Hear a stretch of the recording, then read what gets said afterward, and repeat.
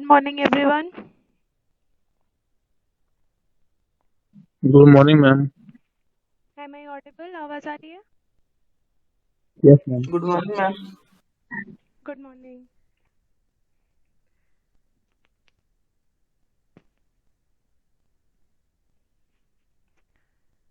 Okay, so let's start with the class.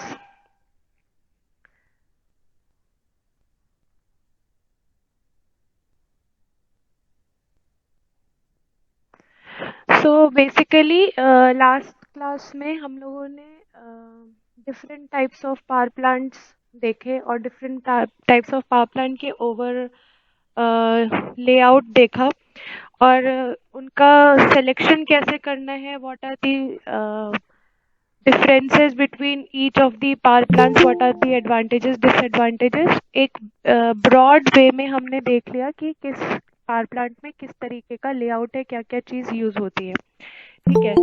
What is next is in your course कि हम लोग को एक एक पावर प्लांट के बारे में थोड़ा डिटेल्स में पढ़ना है, उनके थर्मोडायनेमिक प्रोसेस या उनके डिफरेंट टाइप्स ऑफ साइकिल्स जो है वो डिटेल में पढ़ना है। तो first which comes in your courses for steam और thermal power plant. Okay, so when we talk about steam और thermal power plant, I hope तुम लोग को स्क्रीन दिख रहा होगा।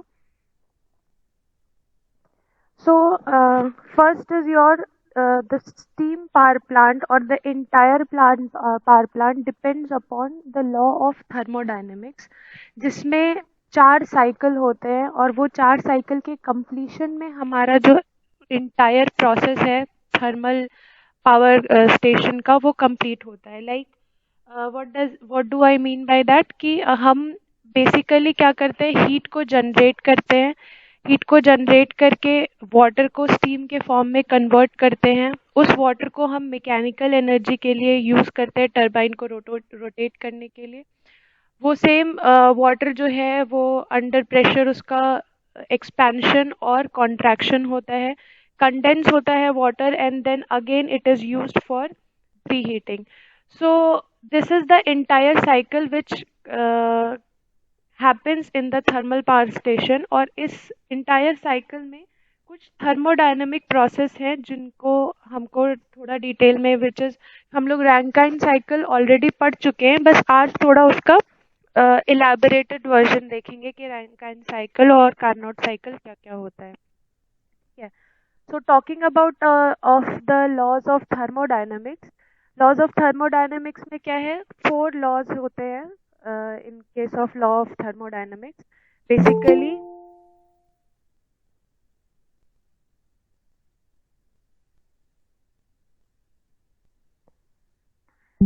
सो द जीरोथ लॉ क्या बोलता है, जीरोथ लॉ का स्टेटमेंट है कि if two bodies either they are in contact और they are not in contact, अगर दो बॉडी एक दूसरे के आस पास रखे हुए हैं और उनका टेम्परेचर जो है वो डिफरेंट है, सो बाय रेडिएशन और बाय कंडक्शन और by convection the temperature will always be under equilibrium, thermal equilibrium between the two bodies.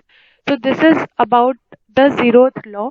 Why we are discussing all these 3 laws? Because ये लॉज को के ऊपर ही हम लोग का जो साइकिल है, कार्नोट साइकिल या Rankine cycle, these depend upon the thermal equilibrium and equilibrium of entropy, the work done to raise the temperature from one body to another body, इसी पर based है हमारा दोनों cycle. So that is why we study the 4 laws of thermodynamics। ये laws तुम लोग already physics में पढ़ चुके हो, just I'm just giving brief of that and then we will move to the Carnot cycle। Okay, so first law मैंने बताया कि if there are 2 or 3 bodies और 2 bodies के बीच में suppose A B C 3 bodies हैं, 2 के A is in thermal equilibrium with B and A is in thermal equilibrium with C, so B and C will be thermally equilibrium with each other। So this is what zeroth law of thermodynamics states। first law of thermodynamics is what? The total summation of work cycle is equal to the change in the entropy of each body. Change in the entropy of each body, which is given by J into summation of Q for a cyclic process. So equivalence of heat and work, like जब भी हम steam को heat कर रहे हैं, so we are providing some work done there, जहाँ पर जो temperature of water is increasing to from T1 to T2. So there is some work is being done at that point. So equivalence of heat and energy is what जितना हम work done देंगे उतना जो temperature है वो change होगा from one point to the other point. That is the principle of energy conservation. और energy जैसे कि हम मास के बारे में जानते हैं, mass is not neither created, वैसे ही energy is neither created not destroyed, it is converted from one form to the another. So principle of first law of thermodynamics suggests that energy is always converted from one form of another, and the work done in converting this energy is equal to the change of the temperature and the amount of entropy which is changing in the substance. Second law of thermodynamics is what? It gives the condition of heat and work transfer.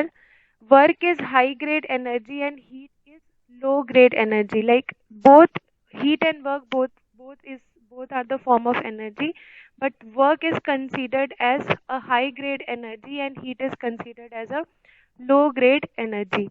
All heat cannot be converted into work. Whatever heat you will be giving, या जो भी combustion हम लोग के boiler में कोल का combustion होता है, there will be a lot of energy which is released, lot of temperature which is released, but all of this temperature will not be able to raise the temperature of the water to convert it into steam. So that is what the second law of thermodynamics suggests, that the it is implementation of the heat engine where जो चार cycle होता है जिसमें expansion, isothermic expansion, adiabatic expansion, फिर compression होता है. तो we will come to this Carnot cycle, तो वहां पर तुम लोग को ज़्यादा बेटर से समझ में आएगा. What is the last law? Last law is a system cannot be reduced to absolute zero or minus 273 degree Kelvin. ठीक है, मतलब whenever we talk about any cycle, तो हम ये बोलते हैं कि इनफाइनाइट हीट जो है, इनफाइनाइट एफिशिएंसी है किसी भी साइकिल की.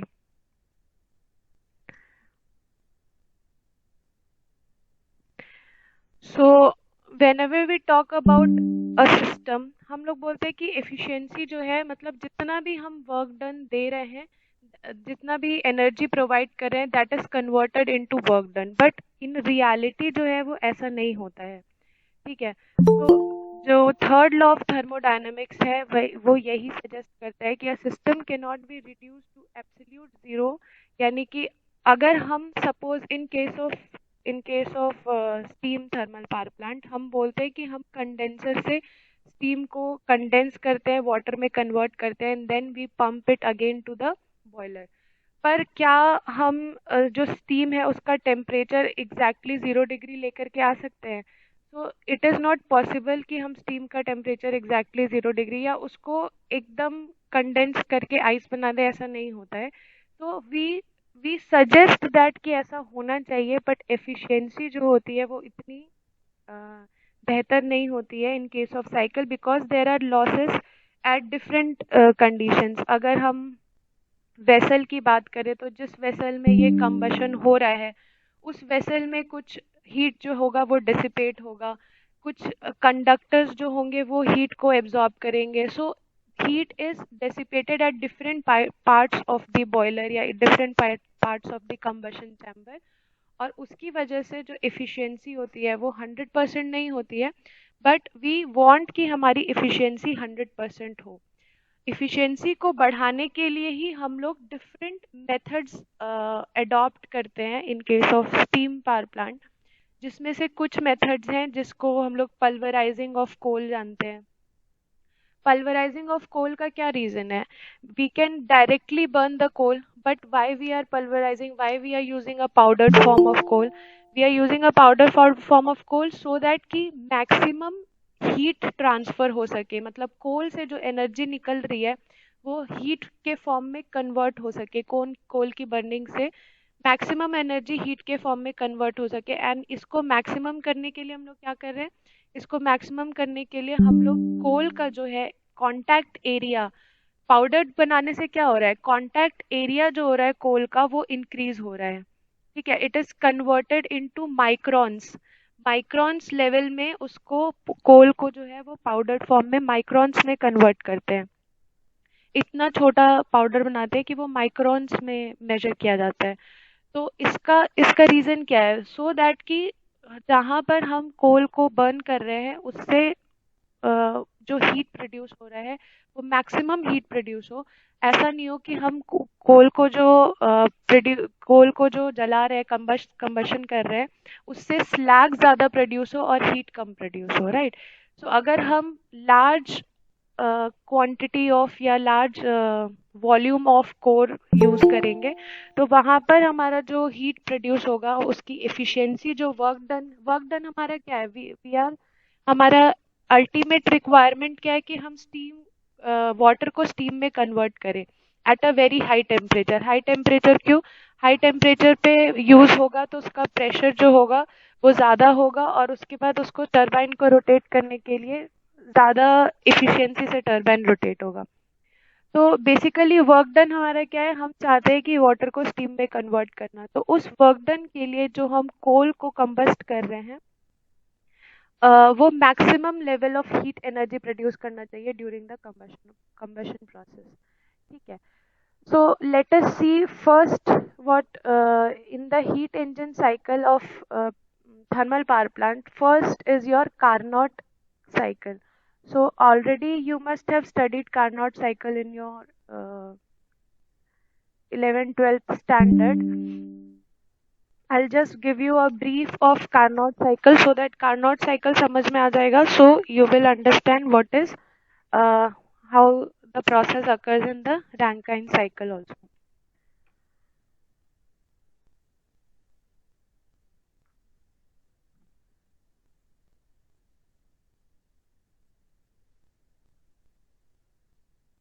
Okay, so Carnot cycle is nothing but there are 4 steps in Carnot cycle.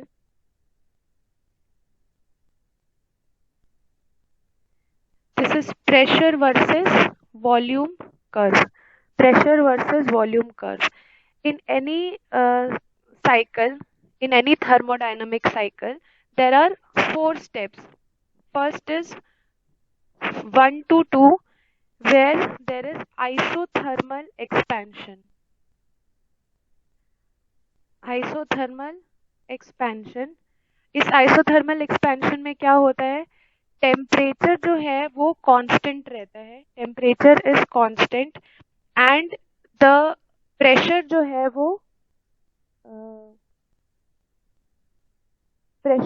वो रिड्यूस होता है, प्रेशर जो है वो रिड्यूस होता है एंड टेम्परेचर इज कांस्टेंट। ठीक है, तो जब टेम्परेचर कांस्टेंट है, प्रेशर रिड्यूस होगा तो वॉल्यूम जो है वो इंक्रीज होगा, वॉल्यूम जो है वो इंक्रीज होगा।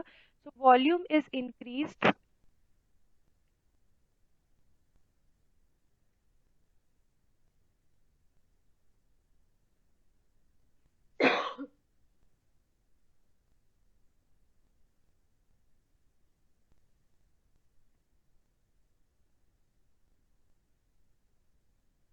बेसिकली कार्नोट साइकिल समझने के लिए you can understand something like this, कि यहाँ पर इस तरीके का एक नॉन कंडक्टिंग प्लेटफॉर्म है, ठीक है, और यहाँ पर हम कंबशन कर रहे हैं या हीट एनर्जी प्रोड्यूस कर रहे हैं, हीट एनर्जी प्रोड्यूस कर रहे हैं, और यहाँ पे सपोज आइस क्यूब्स हैं, ठीक है, यानी कि यहाँ का जो टेम्परेचर है यहाँ पर एक्चुअली कंडेंस हो रहा है और यहाँ पर कंबस्ट हो रहा है, ठीक है, कंबशन हो रहा है। And there is a piston like this which is kept under these three condition. मतलब वो पिस्टन, ये जो पिस्टन है, इट इज फर्स्ट, इसका जो लोअर बॉडी होता है ये कंडक्टिंग होता है सो दैट कि it can absorb the heat and the volume of this gas या जो भी हम यूज कर रहे हैं, the volume of this gas will increase, move the piston upward. Again you will transfer this piston to this level जहाँ पर ये नॉन कंडक्टिंग पोर्शन है। तो जब ये नॉन कंडक्टिंग पोर्शन में आएगा तो वहां पर क्या होगा, एडियाबैटिक एक्सपेंशन होगा। एडियाबैटिक एक्सपेंशन मतलब कि इस पोर्शन पे जो टेम्परेचर है वो इंक्रीज नहीं कर रहा है। यहाँ पर टेम्परेचर इंक्रीज कर रहा है, एक्सपेंशन हो रहा है, पर यहाँ पर क्या हो रहा है, जब हम इस पिस्टन को यहाँ रखेंगे तो टेम्परेचर जो है वो इंक्रीज नहीं कर रहा है। Just by moving the piston upward, you are expanding the volume of the gas which is inside the piston.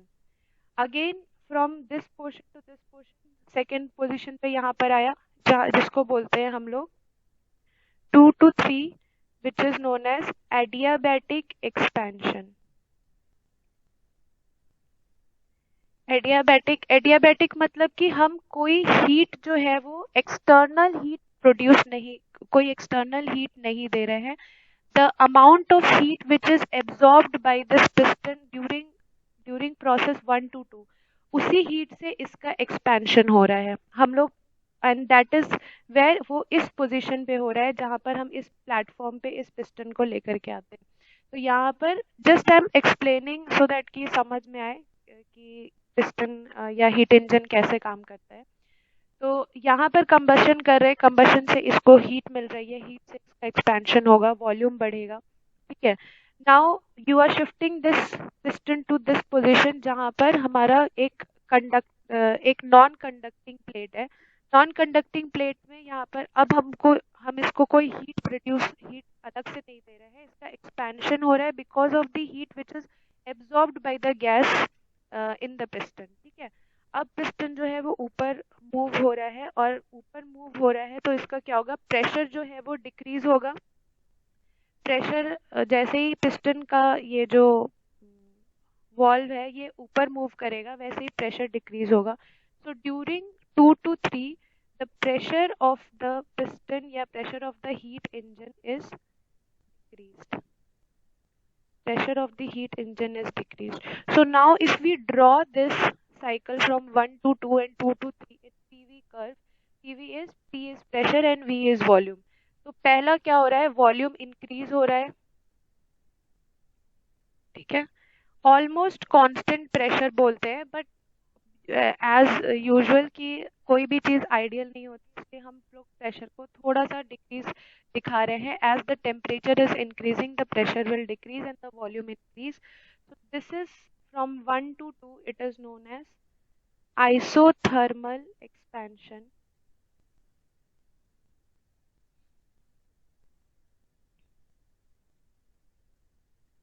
Isothermal expansion. Now जब इसको इस पोजीशन पे पिस्टन को लेके जाएंगे तो एडियाबैटिक एक्सपेंशन होगा, यानी कि हम at adiabatic expansion we are not giving any external heat, external energy हम लोग नहीं दे रहे हैं। The energy which is absorbed by the gas will move the piston upward and decrease the pressure inside the piston. So as the pressure is in y-axis, so decreasing pressure will look like this. So this will give you from point 2 to 3. This is known as adiabatic expansion, right? Now you are moving this heat engine या heat piston to this position जहाँ पर हमने condense किया हुआ है, यानी यहाँ का जो टेम्परेचर है वो ऑलमोस्ट 0 डिग्री सेंटीग्रेड है। यहाँ का temperature suppose this is 100 degree centigrade, ठीक है। तो इसको यहाँ पर हम लोग क्या कर रहे हैं, ये कंडेंस हो रहा है, कंडेंस होगा तो यहाँ पर क्या होगा, कंप्रेशन होगा, क्योंकि यहाँ पर हीट की वजह से एक्सपैंड हो रहा था। तो जब हम इसका टेम्परेचर सडनली डिक्रीज करेंगे तो वॉट एवर द fuel या gas is present inside the piston will get compressed because of the decrease of the temperature. तो यहाँ पर compression होगा तो compression क्या हो, compression की वजह से क्या होगा, volume जो है वो वापस decrease करेगा. So volume will decrease and it will look like this from 3 to 4, right? So this is known as isothermal compression, because you are using temperature to compress the gas or liquid whatever is present inside the piston. So that is why it is known as isothermal compression, because you are using the temperature to reduce the volume of the gas which is inside the piston. Okay, so this is known as isothermal compression. Again, from this was from 3 to 4. ठीक है, 3 to 4 जब यहाँ पर रखा इस पे, again if you move back this piston to this position तो हमको 4 to 1 मिलेगा, जहाँ पर फिर से एडियाबैटिक कंप्रेशन होगा, where you are not using any temperature. This is non conducting. ठीक है, ये प्लेटफॉर्म जो है ये नॉन कंडक्टिंग है. So you are not using any temperature to reduce the pressure or increase the pressure of the piston here. जैसे ही हम इसको यहाँ पर लेकर के आएंगे and we will move the piston upwards, तो यहाँ पर we will move the piston downwards, तो इसका जो inside the gas है उसका pressure जो है वो increase होगा, और because it is not using any external heat energy heat source at this position, it is known as adiabatic compression. So ये इस तरीके का पूरा साइकिल होता है and this is known as Carnot heat cycle. ठीक है, this is Carnot heat cycle. So basically what you are doing, you are first using heat energy to expand the volume of the gas which is inside the piston, जिसकी वजह से piston का volume expand होगा तो piston upwards move करेगा. Then you are because you are shifting this engine to a non-conducting plate, अब जो expansion हो रहा है that is only because of the energy which is already absorbed by the gas. तो उसकी वजह से क्या होगा, जो प्रेशर है वो डिक्रीज करेगा inside, because of the expansion the pressure will decrease, और कंप्रेशन की वजह से जो है वो प्रेशर इंक्रीज हो रहा है, and this point is known as adiabatic compression. ठीक है, isothermal because you are using heat energy here, दोनों जगह हम लोग यहाँ पे हीट एनर्जी यूज कर रहे हैं एक्सपैंड करने के लिए वॉल्यूम, यहाँ पर हीट एनर्जी यूज कर रहे हैं वॉल्यूम को कंप्रेस करने के लिए या डिक्रीज करने के लिए वॉल्यूम ऑफ व्हाटएवर गैस और fluid is present inside the piston, इसलिए इसको आइसोथर्मल बोल रहे हैं. एडियाबैटिक मतलब कि हम लोग we are not using any external source for increasing और decreasing the compression. The energy which will be absorbed by the fluid or gas will be sufficient enough to compress the piston when it is kept on a non-conducting platform. So 1 to 2 isothermal expansion, volume is increasing, pressure is almost constant. ठीक है, 2 to 3 pressure is decreasing, volume is almost constant. 3 to 4 क्या हो रहा है हमारा, 3 to 4 क्या हो रहा है, वॉल्यूम डिक्रीज कर रहा है, volume is decreased, pressure is almost constant. Again 4 to 1 in adiabatic compression, pressure is increased. compress हो रहा है ना, तो compress होगा तो pressure increase होगा, pressure is increased, volume is almost constant.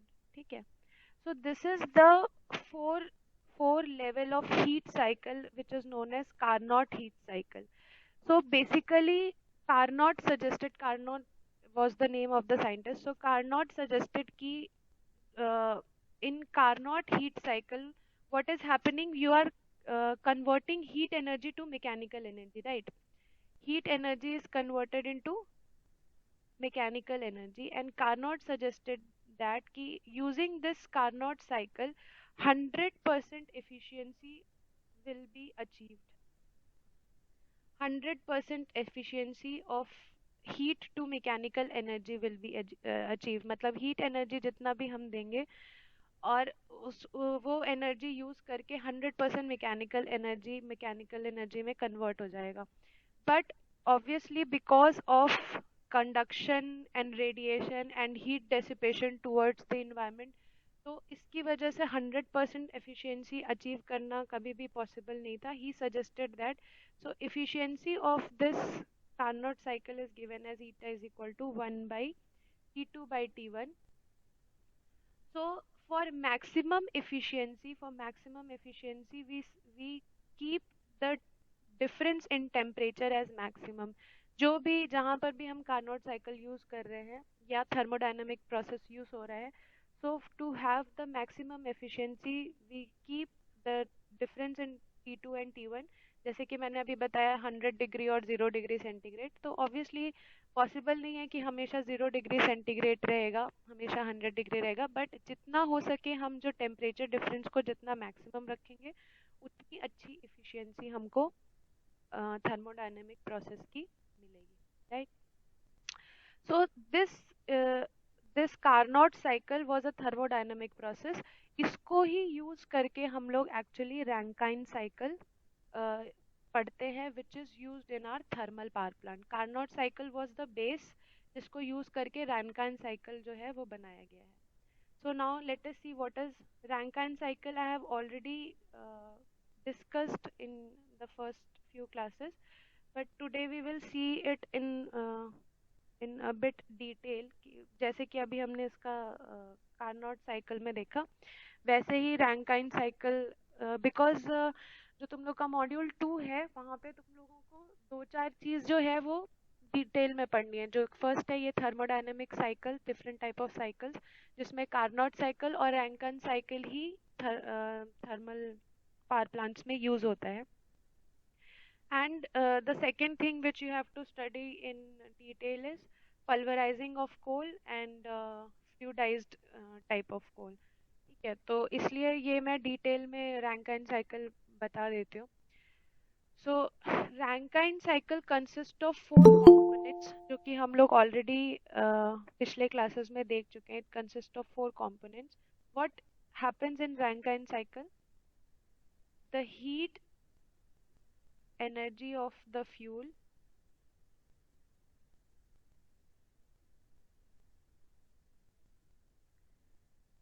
is converted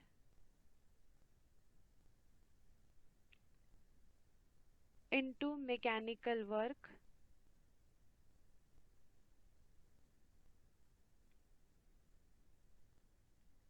or power in steam turbine.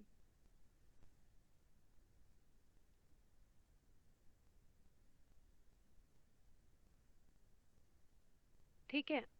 So this is what a Rankine cycle is, where the heat energy of the fuel is our coal, is converted into mechanical work or power in steam turbine. Steam turbine produces the mechanical work in the power plants. There are 4 main components of this cycle.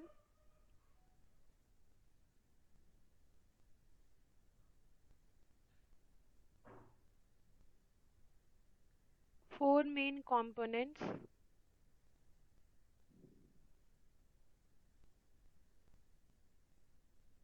These are, first is boiler, second is turbine, third is condenser, and fourth is feed pump. ठीक है. These are the 4 main parts जिसको use करके, जैसे कि अभी हमने Carnot cycle में 4 levels देखे, वैसे ही यहाँ पर ये जो 4 लेवल्स हैं वो इन चारों कंपोनेंट्स के बीच में होते हैं. Boiler to turbine, turbine to condenser, condenser to feed pump, and feed pump to again boiler. So these 4 components are used to process this 4 cycles of thermodynamic process जो हमने अभी कार्नोट साइकिल में पढ़ा. Almost similar, कुछ उसमें बहुत ज़्यादा difference नहीं है. ठीक है. सो फर्स्ट प्रोसेस 1 to 2 जो होता है, is at constant pressure. Carnot cycle में भी हमने देखा था कि कांस्टेंट प्रेशर था 1 to 2 में 1 to 2 आइसोथर्मल एक्सपेंशन में हमारा प्रेशर जो है वो कांस्टेंट था। तो यहाँ पे भी जो फर्स्ट प्रोसेस है वहाँ पर प्रेशर को जो है बॉयलर के प्रेशर को जो है वो कांस्टेंट रखते हैं। Heat addition is done in the boiler. Boiler water is heated until the saturation temperature, and this saturated water is converted into saturated steam at constant pressure. So in the process 1 to 2, saturated water, ये discussion भी हम लोग last जब हम लोग pre heater और का discussion कर रहे थे तो वहाँ पर हमने saturated steam to saturated water to saturated steam जो है वो डिस्कस किया। So in process 1 to 2 saturated water is converted into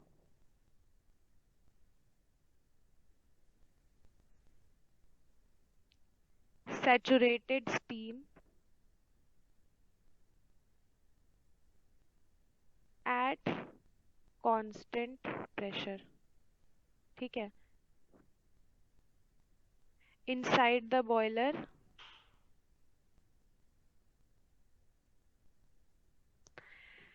and इस ड्यूरेशन में क्या होगा, हम हीट जो है वो प्रोवाइड करेंगे बॉयलर को। हीट इज प्रोवाइडेड या temperature is raised. Heat is provided या temperature is raised. When heat is provided or temperature of the boiler is raised, then only this saturated water is converted into saturated steam. What is saturated? The point at which the water is converted, the amount of heat which is required to convert the water into steam, that temperature is known as saturated temperature. तो इसीलिए इसको बोलते हैं saturated water और saturated steam। ठीक है, at constant pressure. So during this period, let me draw a diagram. So suppose this is your boiler.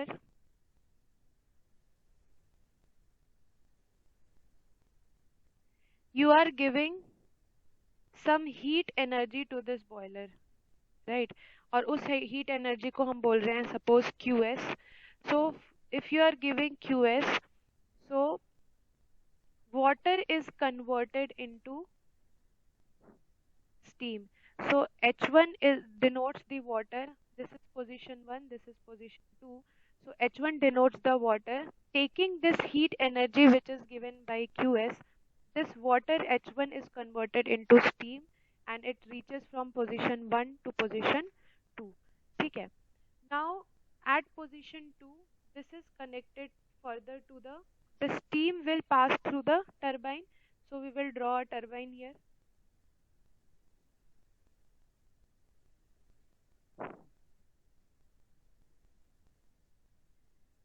This steam which is converted into this water which is converted into steam, this will use this heat energy QS get converted into steam और उसके बाद क्या होगा, यहाँ पर mechanical work done होगा. So this is given as WT, which is the mechanical work done. जो भी स्टीम का एनर्जी है जो कि हमने इसको हीट एनर्जी प्रोवाइड किया है, that is converted into mechanical work done WT. So here you can write in process 1 to 2 QS is equal to H2 minus H1. So the difference in the entropy of steam minus the difference in the entropy of the water which is converted into steam. ठीक है.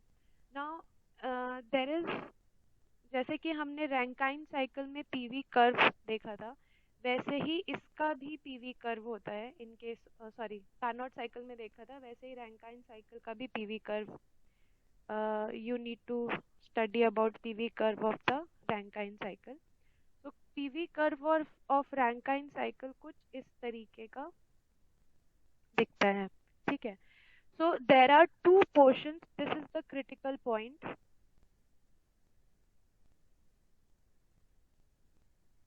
Critical point, there are two positions या two layers of this PV curve. ठीक है, पहला left side वाला, this is your first part. ठीक है, और दूसरा ये। So this two positions are already divided into water and steam.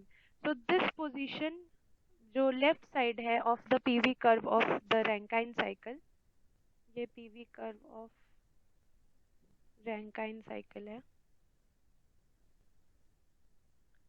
ठीक है, this denotes saturated water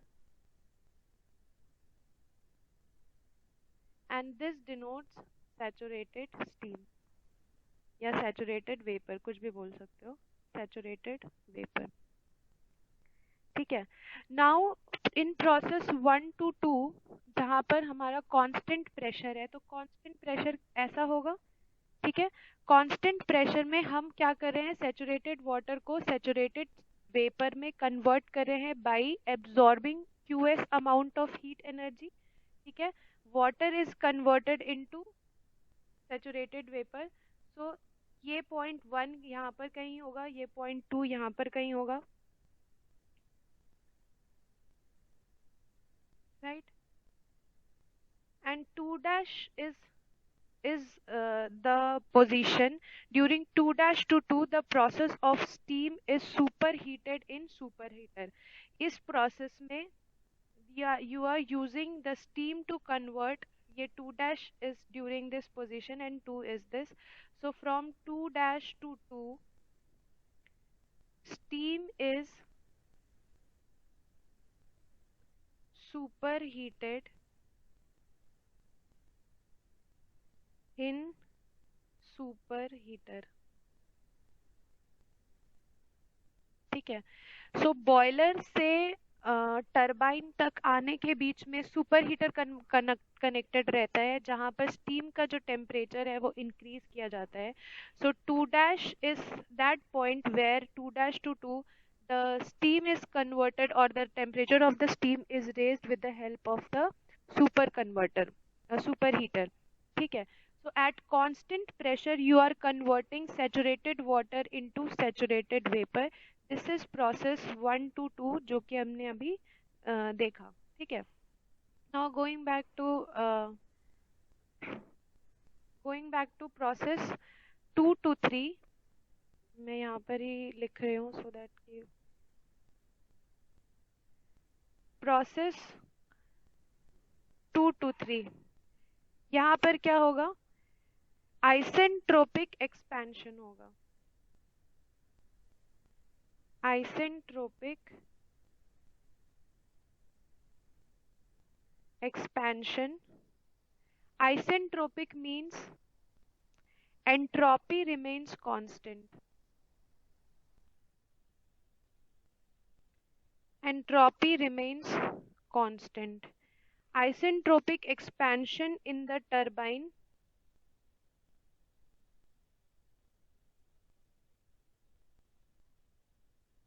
at high temperature, high pressure। याद होगा तुम लोग को जब हम लोग ने सुपर हीटेड स्टीम का डिस्कशन किया था, सैचुरेशन पॉइंट का डिस्कशन किया था, वहां पर हम लोग ने डिस्कस किया था कि at super heater the temperature and the pressure is very high, so this dry saturated wet steam at temperature T1 or pressure P1 is supplied to the steam turbine। The pressure and the temperature is maintained during this process so that कि यहाँ पर तुम्हारा जो steam turbine है वो maximum work done उसके across हो सके। So superheated dry saturated wet steam at temperature T1 and pressure P1 is supplied to steam turbine. ठीक है, so this is the process from process 2 to 3.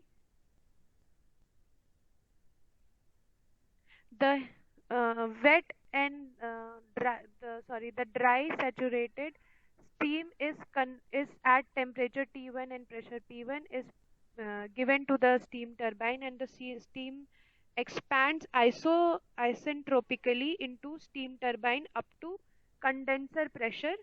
During expansion, pressure is reduced and the volume is increased. During this expansion, जहाँ पर क्योंकि ये steam turbine से rotate हो रहा है, so the pressure of the steam will reduce to the condenser pressure and the volume will increase.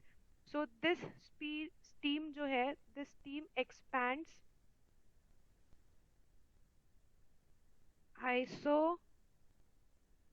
isentropically.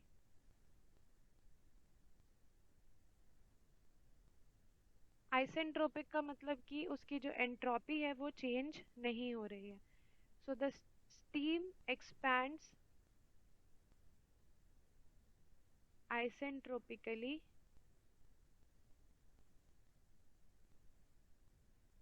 to the pressure of condenser and the volume increases. ठीक है, now going back to the PV curve. अब देखो क्या हो रहा है, volume expand हो रहा है, प्रेशर जो है वो डिक्रीज हो रहा है जैसे ही टरबाइन पे ये स्टीम जाएगा. So because of the motion of the steam, the pressure will come down. So pressure will come down and the volume of the steam will increase like this. So volume is increasing. बहुत ज़्यादा volume increase नहीं दिखा सकते. So volume is increasing from 2 to 3 and the pressure is coming down. ठीक है. So this is where the steam is moving from the turbine to the condenser. So this is your condenser.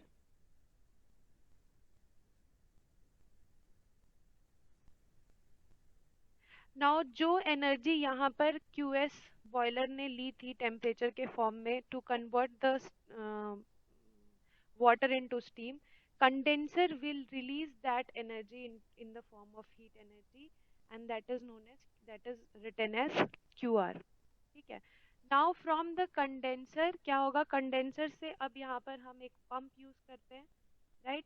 Pump use करके वापस से जो condenser में water condense होकर के मिला है हमको, उसको वापस से बॉयलर में भेजते हैं. So the entire process is completed like this. Pump से वापस से ये जो हम इसका जो प्रेशर है वो इंक्रीज करेंगे. So we will give pump को हमको कुछ इलेक्ट्रिकल एनर्जी देनी पड़ेगी, तो यहाँ पर हम वापस से एनर्जी दे रहे हैं which is H1 minus H4. Let us see the process 3 to 4 and 4 to 1. ठीक है.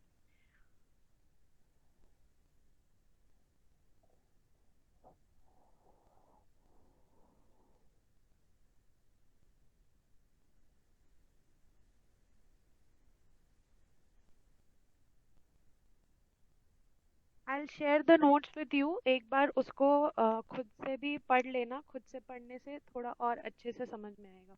ठीक है. सो प्रोसेस 3 to 4 में क्या हो रहा है, कांस्टेंट प्रेशर है,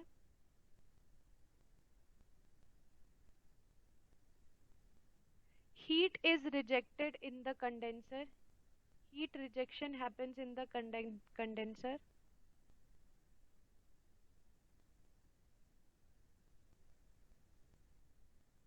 The steam or the exhaust steam मतलब जो बचा हुआ जो steam है from the turbine enters into the condenser where it is condensed at constant pressure by circulating cooling water in the tube, and the heat is rejected in the form of QR is equal to H3 minus H4. ठीक है. So heat is rejected in the form of this, and the steam is condensed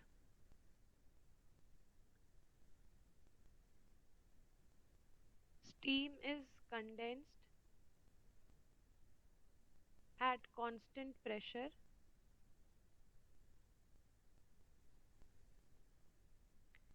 by circulating cooling water. By circulating cooling water. Now the last process is process 4-1, जहां पर फिर से isentropic expansion होगा, sorry isentropic compression होगा in the pump. The condensed water which is coming from the condenser will be pumped into the boiler at a boiler pressure with the help of a feed pump. ठीक है, तो with the help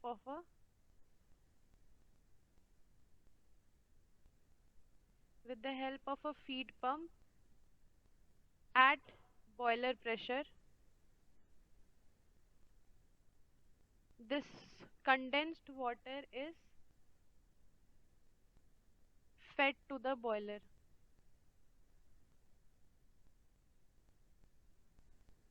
ठीक है, सो मैं को notes दे दूंगी, तुम लोग को मेरी राइटिंग बियर नहीं करना पड़ेगा, नोट्स में क्लियरली लिखा हुआ है. So you can now draw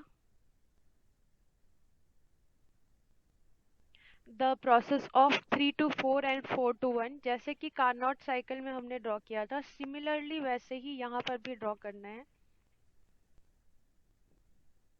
So from 3-4 this will be like this. At constant pressure the steam is getting condensed into water from 3-4. ये कहाँ पर हो रहा है? ये कंडेंसर में प्रोसेस हो रहा है. ठीक है, जहाँ पर at constant pressure the the steam is getting condensed. Steam is getting condensed तो क्या होगा? वॉल्यूम डिक्रीज होगा. Volume is getting decreased, the pressure is almost constant. Pressure is almost constant. ठीक है, यहाँ पर भी प्रेशर कांस्टेंट है. यहाँ पे कंप्रेशन हो रहा है, यहाँ एक्सपेंशन हो रहा था. एक्सपेंशन के बाद आइसेंट्रोपिक एक्सपेंशन हुआ, उसके बाद कंडेंस हो रहा है तो यहाँ पे कंप्रेशन हो रहा है. And after this at high pressure, at the pressure of the feed pump, the water is again fed to the boiler. So this is at feed pump from 4-1, again the water is fed to the boiler. तो basically boiler से turbine में, ठीक है, 1-2 boiler से turbine में, turbine से condenser में, ठीक है, कंडेंसर से फीड पंप में और फीड पंप से वापस बॉयलर में. So this entire thing is your Rankine cycle, जिसको रैंकाइन साइकिल में डिफरेंस इस कर्व का है, जिस कर्व में हम एक पार्ट जो ऑफ एक one part of the curve denotes the saturated water and the other part of the curve denotes the saturated vapor. So this figure you will see in your books and all, यही figure discuss हुआ है. If you see in the notes which I have shared with you, वहाँ पर भी ये figure तुम लोग को दिखाई देगा. ये नोट्स मैं तुम लोग के साथ शेयर कर चुकी हूँ. See this cycle is given here. ठीक है, यहाँ पर ये साइकिल टेम्परेचर वर्सेस एंट्रोपी के लिए डिनोट किया गया है. तो जैसे जैसे कि हम लोग प्रेशर वर्सेस टेम्परेचर का कर्व बना रहे हैं, प्रेशर वर्सेस वॉल्यूम का कर्व बना रहे हैं, वैसे ही हम लोग टेम्परेचर वर्सेस एंट्रोपी का कर्व बना सकते हैं. ठीक है, अब देखो आइसेंट्रोपिक एक्सपेंशन और आइसेंट्रोपिक कंप्रेशन का बात किया था मैंने. तो आइसेंट्रोपिक एक्सपेंशन में क्या होगी? एंट्रोपी सेम रहेगी. तो देखो यहाँ पर एक्स एक्सिस में एंट्रोपी है, सो 3-4 entropy is constant and 1-2 entropy is constant. ठीक है, तो आइसेंट्रोपिक एक्सपेंशन और कंप्रेशन के टाइम पे एंट्रोपी जो है कांस्टेंट है, उसके बाद जो है टेम्परेचर जो है वो इंक्रीज हो रहा है. यहाँ पे 1-2-3-4 में भी इसका लेबलिंग डिफरेंट हो सकता है, उसमें कोई प्रॉब्लम नहीं है. So basically first you are expanding the water to convert it into a steam. ठीक है, this is the critical point जहाँ पर water is converted into steam. Again steam से हम उसको condense करेंगे कंडेंसर में, देन द टेम्परेचर इज, जब कंडेंस करेंगे तो टेम्परेचर डिक्रीज होगा। उसके बाद at constant temperature it is converted into water, ठीक है। उसके बाद फिर से हम कांस्टेंट एंट्रोपी पर उसको यूज करेंगे। सो बेसिकली जैसे हमने अभी प्रेशर वर्सेस वॉल्यूम का कर्व देखा, वैसे ही टेम्परेचर वर्सेस एंट्रोपी का कर्व है। यहाँ पर बस जहाँ पर आइसेंट्रोपिक एक्सपेंशन और आइसेंट्रोपिक कंप्रेशन हमने डिस्कस किया था, वहाँ पर कांस्टेंट एंट्रोपी, तुमको कांस्टेंट एंट्रोपी दिख रही होगी, ठीक है।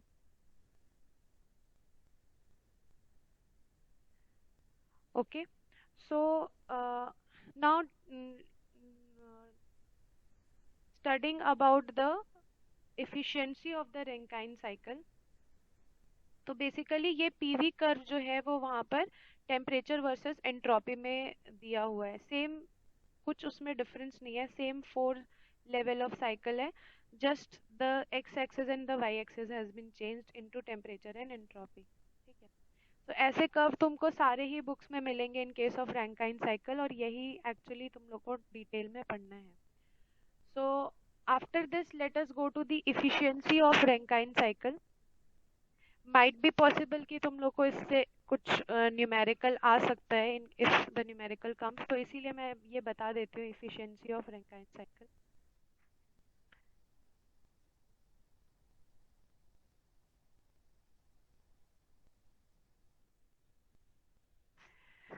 So heat supplied by the boiler, सबसे पहला प्रोसेस क्या था, QS हमने बॉयलर को दिया था। So heat supplied by the boiler, QS is given as H2 minus H1। Now work developed by the turbine, work developed by the turbine,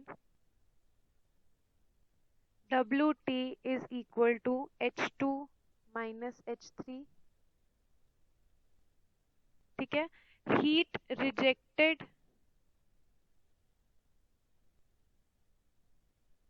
by the condenser is given as, again QR is equal to H3 minus H4, where H4 is at lower temperature. H4 is at lower temperature. Work supplied to the feed pump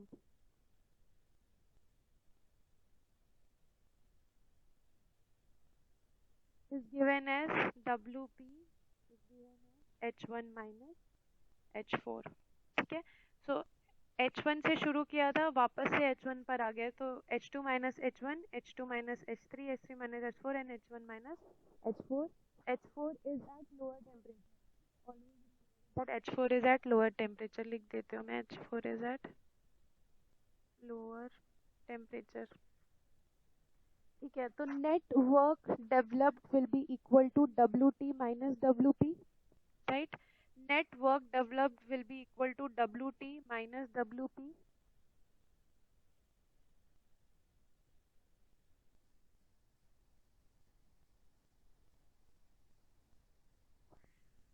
W net can be given as WT minus WP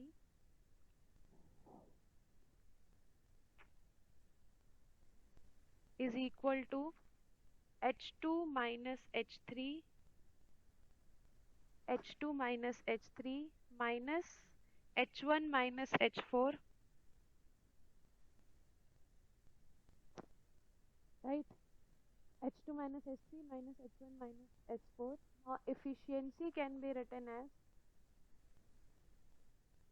efficiency of Rankine cycle can be written as net work developed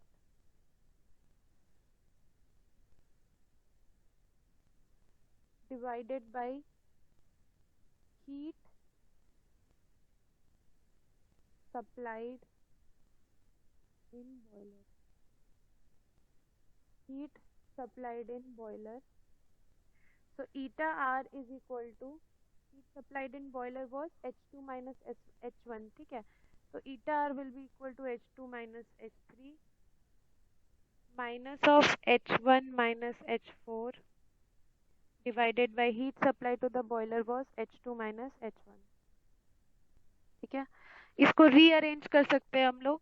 H1 को यहाँ लेकर के आएंगे, H3 को यहाँ लेकर के जाएंगे, बिकॉज नीचे हम लोग के पास H2 माइनस H1 है, so we want to convert one of the components into H2 minus H1। तो H2 माइनस H1 के लिए H को इधर लेके आएंगे, H3 को इधर लेके जाएंगे, so you will get H2 minus H1 minus of H3 minus H4 divided by H2 minus H1, right? So अब ये H2 minus H1 cancel हो जाएगा and you will get eta R is equal to 1 minus H3 minus H4 divided by H2 minus H1. Now see, H3 minus H4 was your QR and H2 minus H1 is your QS. So eta R can be written as 1 minus QR divided by QS. So this is the efficiency of the Rankine cycle, which is coming on the basis of the 4 levels of the Rankine cycle. ठीक है, तो इस पे कभी कभी you can get few numericals on this efficiency of the Rankine cycle. So basically तुम लोग का जो कोर्स में मतलब मॉड्यूल 2 में बेसिकली तुम लोग को यही दो चीज पढ़नी थी, दो साइकिल्स पढ़ने थे, रैंकाइन साइकिल और Carnot cycle.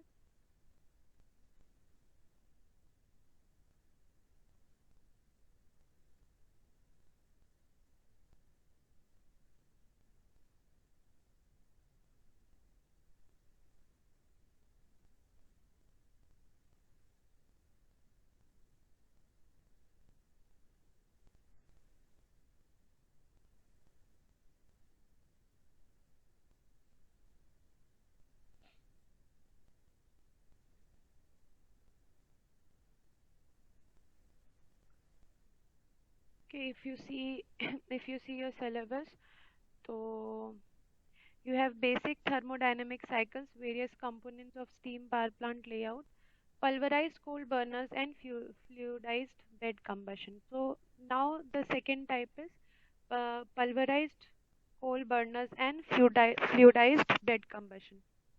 Okay, I'll discuss the difference between these two. So first is pulverized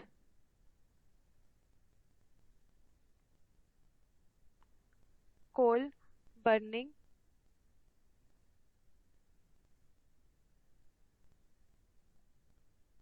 ठीक है, नाउ पहले भी हम लोग डिस्कस कर चुके हैं कि what is pulverization. Pulverization is converting the coal into its powder form. और कोल को पाउडर फॉर्म में कन्वर्ट करने से क्या फायदा होता है? When coal is pulverised the volume is increased और the surface area is increased. The surface area is increased and rapid combustion is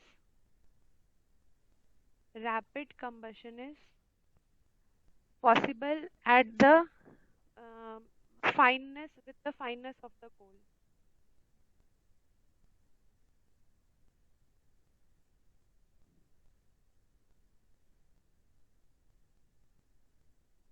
कोल जितना फाइन रहेगा उतना ज़्यादा कंबशन जो है वो रैपिड होगा, उतना ज़्यादा अमाउंट ऑफ हीट जो है वो ट्रांसफर होगा। ठीक है, उतना ज़्यादा इफिशिएंसी रहेगी when you are combusting a coal. Coal combust करने से हमको एक्चुअली आउटपुट क्या चाहिए? We want heat energy to use it in the boiler, right? तो जितना ज़्यादा फाइन कोल होगा उतना ज़्यादा सरफेस एरिया ज़्यादा मिलेगा, उतना ज़्यादा कंबशन अच्छा होगा और उतनी ज़्यादा हीट एनर्जी जो है वो प्रोड्यूस हो पाएगी। So that is the reason we pulverize or we convert the coal into its powdered form. Now there are two standards which are maintained in this conversion of this coal, जिसको बोलते हैं 70% of the coal will pass through 200 mesh sieve. 200 mash सीव। सीव मतलब क्या होता है? छलनी। छलनी को बोलते हैं सीव, जो जिससे चालते हैं ना हम लोग, तो उसको बोलते हैं सीव। तो 70% of the coal will pass through 200 mesh. 200 क्या है? ये जो चालने का या चलनी जो बोलते हैं उसका एक्चुअली डिजाइन होते हैं, ठीक है। Now it is on the basis of the area of this sieve, this is like categorized into various levels, जैसे 200 हो गया, 50 हो गया, 150 हो गया, 105 हो गया। तो ये जो शीव्स हैं ये इस तरीके से कैटेगराइज्ड होते हैं। और 200 mesh मतलब कि it means what? It means 0.074 mm of coal will pass through 200 of mesh, and 50 mesh means 0.297 mm of coal will pass through 50 mesh sieve, ठीक है। So ये एक्चुअली स्टैंडर्ड होता है which everybody like all the thermal power plants follow. तो अगर हम 50 mesh sieve use कर रहे हैं और कोल का जो डायमेंशन है 0.297 mm है, so 90% of the coal will pass through this sieve, and if you are using 200 mesh sieves, so 70% of the coal will pass through this type of sieve. So ये actually एक पूरा chart होता है standard का कि जिसमें कितना mm of coal will pass through which type of sieve, which type of चलनी is mentioned, और हम कितना पाउडर किस में, किस फॉर्म में पाउडराइज कर रहे हैं, वो पाउडर का जो डायमेंशन है वो कितना है, उस हिसाब से हम सीव यूज करेंगे। और उस सीव के हिसाब से हमको कितना जो कोल है वो मिलेगा, वो डिसाइड होता है, ठीक है। 70% मिलेगा, बाकी जो डस्ट पार्टिकल होगा या बड़े पार्टिकल होंगे वो रिमूव कर दिए जाएंगे, फिल्टर आउट कर दिए जाएंगे। तो डिपेंडिंग अपॉन कि कितना साइज है हमारे कोल का और कौन से टाइप का सीव यूज कर रहे हैं, the amount of coal which is passing through the pulverization is decided, ठीक है। So again, the pulverization is entire process. मैं तुम लोगों को दो वीडियोस भेजती हूँ आज, एक पल्वराइजेशन का और एक फ्लूइडाइज्ड कोल का। एक बार उस वीडियो को देख लेना। So because if I start the entire process, अभी फिर और आधा घंटा और लग जाएगा, तो the class will get extended a lot. तो कल maybe will continue in again on the same time, 8:30 बजे का ही कल क्लास कर लेंगे। तो उसमें मैं पल्वराइजेशन एंड फ्लूइडाइज्ड कोल तुम लोग को बता दूंगी।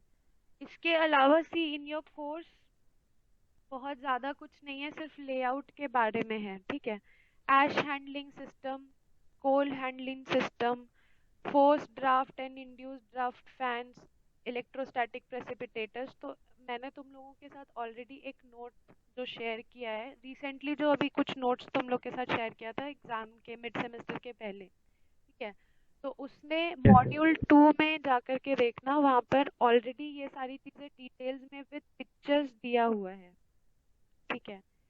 अगर इस ये नोट्स में जाकर देखोगे तुम लोग, तो coal handling plant, draft and draft fans, ash handling plant, feed water heater, electrostatic precipitator, ये सारी चीज़ें यहाँ पर ऑलरेडी दी हुई हैं। You just have to just go through it, ठीक है। क्योंकि एक एक चीज़ इसमें कुछ ज़्यादा पढ़ाने का मतलब कुछ ऐसा जो जो देखो, जैसे रैंकाइन साइकिल पढ़ाना था वो मैंने डिटेल में पढ़ाया, पर ये जो ऐश हैंडलिंग, कोल हैंडलिंग है, इसमें कुछ बहुत ज़्यादा मतलब है नहीं, बिल्कुल थ्योरेटिकल है। If you once go through it तुमको समझ में आ जाएगा, ठीक है। तो मैं दो वीडियोस का लिंक आज शेयर कर देती हूँ, पल्वराइजेशन का और फ्लूइडाइज्ड का, फ्लूइडाइज्ड कोल का। तो वो वीडियो देख लेना, कल हम लोग एक बार डिस्कस भी कर लेंगे। और ये जो कोल हैंडलिंग, ऐश हैंडलिंग और ये सब ड्राफ्ट फैन वगैरह है, फीड वाटर पंप है, इसके बारे में एक बार जस्ट गो थ्रू इट, एक बार रीडिंग करके और फोटोज देख करके तुम लोग को काफ़ी चीज़ें समझ में आ जाएंगी। Otherwise if you tell me, I will discuss it because you don't have a lot of time. Already तुम लोग का क्लासेस बहुत डिले से स्टार्ट हुआ है, तो इसलिए मैं नहीं चाहती कि तुम लोग कुछ इंपॉर्टेंट मिस करो। इफ़ यू स्टडी दिस तो फिर मैं डायरेक्टली जो डिफरेंट टाइप्स ऑफ डैम्स हैं हाइड्रो पावर प्लांट का वो डिस्कस कर सकती हूँ. So just go through the notes once, and then if you feel any problem, we can discuss it. Tomorrow we will have a class again at 8:30. तो वहाँ पे हम लोग और डिटेल में डिस्कस कर लेंगे, ठीक है? So let me take your attendance.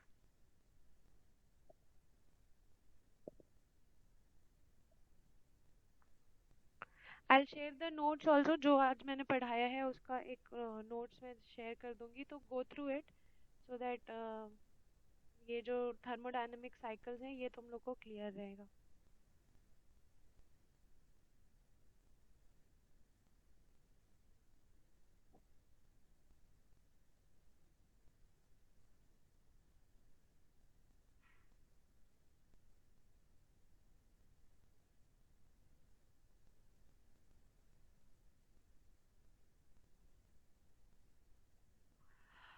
Okay, so attendance is done. Tomorrow again we'll have a class at 8:30 और हम लोग वहाँ पे पल्वराइजेशन और फ्लूइडाइज्ड कोल पढ़ेंगे. मैं वीडियो शेयर कर देती हूँ और नोट्स भी, तो तुम लोग एक बार खुद से भी देख के आना so that it will be easier for you to understand. Okay, so thank you everyone. We'll meet tomorrow.